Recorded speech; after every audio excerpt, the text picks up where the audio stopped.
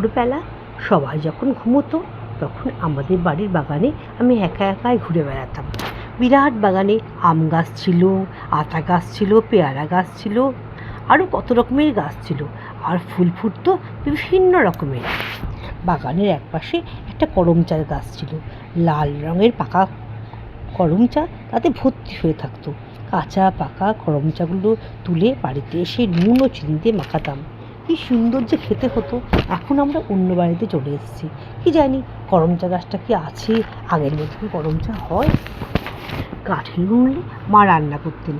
উনুনের তাপে মায়ের মুখটা লাল হয়ে যেত। রান্নাঘরের এক পাশে বসে দেখতাম মা কেমন করে রান্না করছে। ভাদ্র মাসে লাগে গল্প শুনতে হয়। চাঁদ মামার বাবা প্রতিদিন রাত্রি ভাদ্র মাসে এসে আমাদের গল্প শোনাতেন। আমাদের বাড়ির বারান্দায় মা, কাকিমা, আমরা, দাদা, দিদি, ঠাকুমা, পিসিরা সবাই মিলে গল্প শুনতে বসতাম। কত রকমের গল্প থাকতো সেই ঝুলিতে, দেশ বিদেশের গল্প, রাজা রানীর গল্প।